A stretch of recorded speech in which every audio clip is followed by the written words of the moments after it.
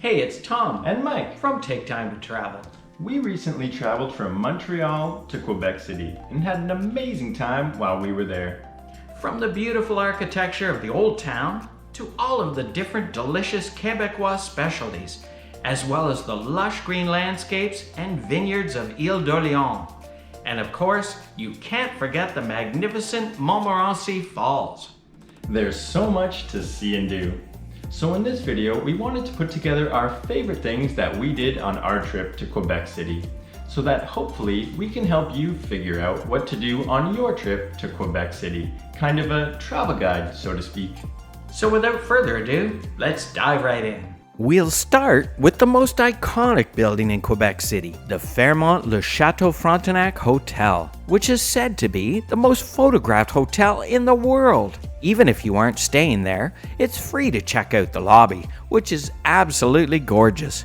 The vibrant blue ceiling with the medieval-looking chandeliers and the ornate moldings make the lobby look spectacular. The Chateau Frontenac also did an excellent job designing the hotel rooms, as well as the suites. We were lucky enough to stay in the beautiful Presidential Roosevelt Suite, which was the nicest we've ever stayed in.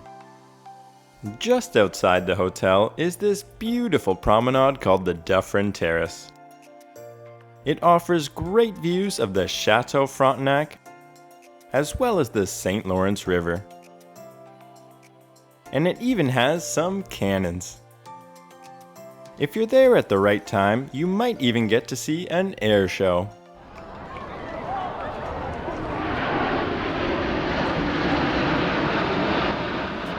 At the start of Dufferin Terrace, there's the funicular, which originally went into operation in 1879, but has since been upgraded with modern technology and offers great views of the St. Lawrence River and Old Quebec. The funicular takes you to Old Quebec's Quartier Petit Champlain and Petit Champlain Street, which is actually one of the oldest commercial streets in North America. For 30 years now, Petit Champlain has been a cooperative where the craftsmen and merchants collectively own 28 buildings and protect this wonderful heritage area.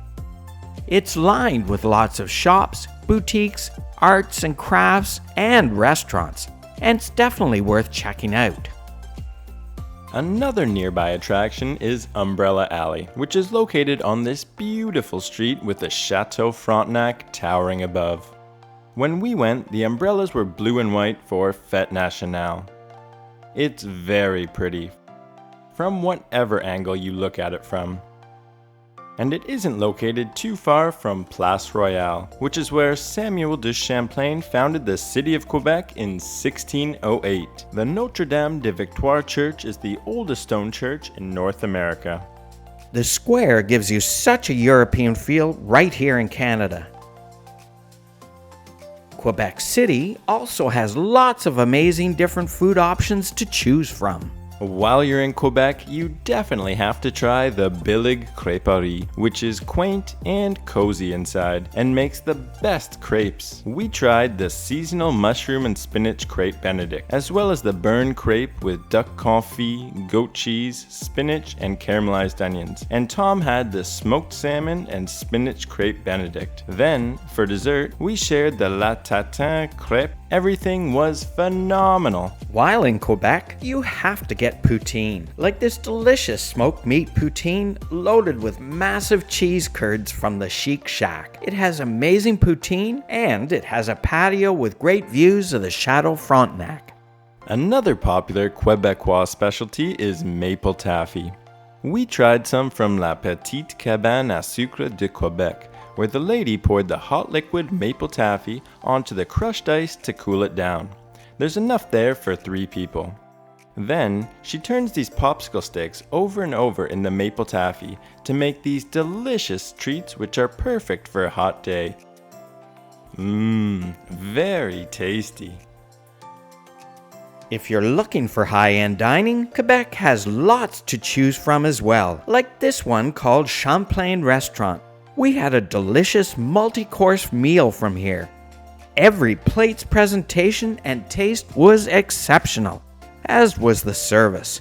We would highly recommend the Champlain Restaurant as well as Bistro L'Origine. It also has a stunning back patio, which is surrounded on all sides by centuries-old buildings, and has this pretty pergola adorned with hanging lights. We tried the tasting menu here, which included incredibly tender halibut, tomato, celery, and cucumber gazpacho, eggplant, mushroom, and lamb taco, and a strawberry and honey ice cream sandwich. If you're looking for something more laid back, Ile d'Orléans is just a short 15-minute drive outside of Quebec City. It has an abundance of beautiful natural scenery. We took a guided tour and tried the Ile de Bacchus vineyard, where we spoke to a wine expert and selected the types of wines that we wanted to try, before making our way out back to enjoy these spectacular, expansive views of the vineyard and the St. Lawrence River. Wow, what a view! We grabbed a seat to sample the wines and take in the scenery, before heading over to the next vineyard, Cassis Mona et Fille, which specializes in blackcurrant wines and creme de cassis, and this nice restaurant with this spectacular view. But we headed downstairs to their wine cellar and boutique, where our tour guide explained the different products to us. We decided to get one of their large bottles of creme de cassis, before making our way outside to grab a picnic table and enjoy this gorgeous day with some delightful scenery. What a perfect day to sample some creme de cassis. We both thought it was very tasty. We also stopped at the Chocolaterie de l'Île d'Orléans. That's the line for ice cream, which was a bit too long for us. So we went inside the beautiful store to explore the assortment of sweets and chocolates that they had available.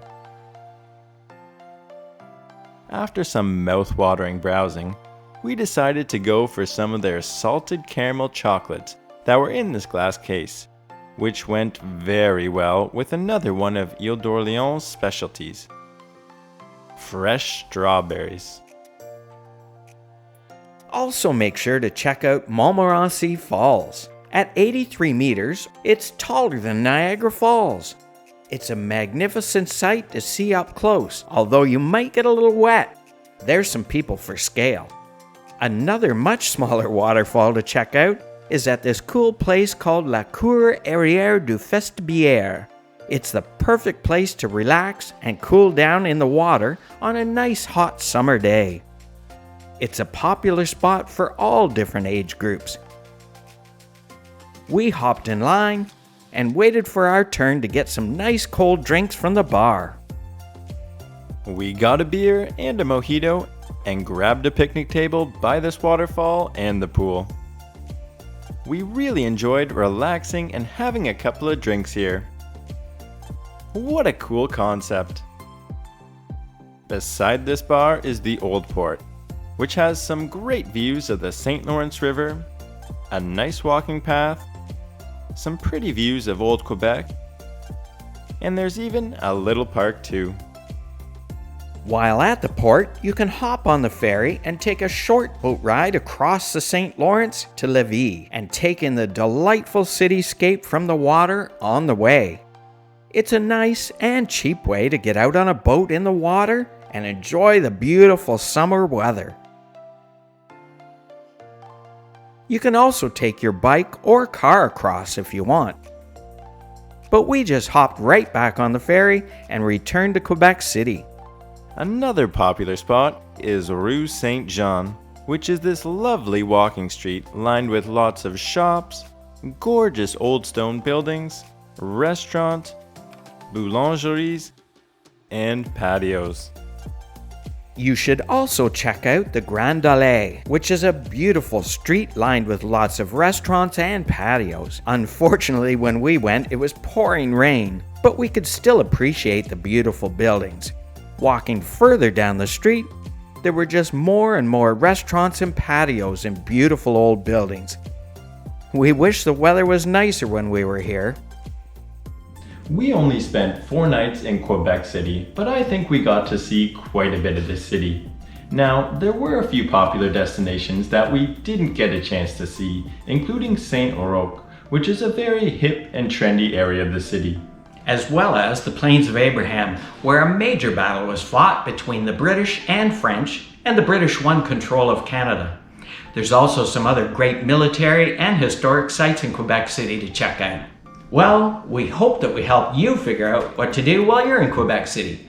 If we did, we'd really appreciate it if you would like, subscribe, and hit the bell for notifications on our future videos.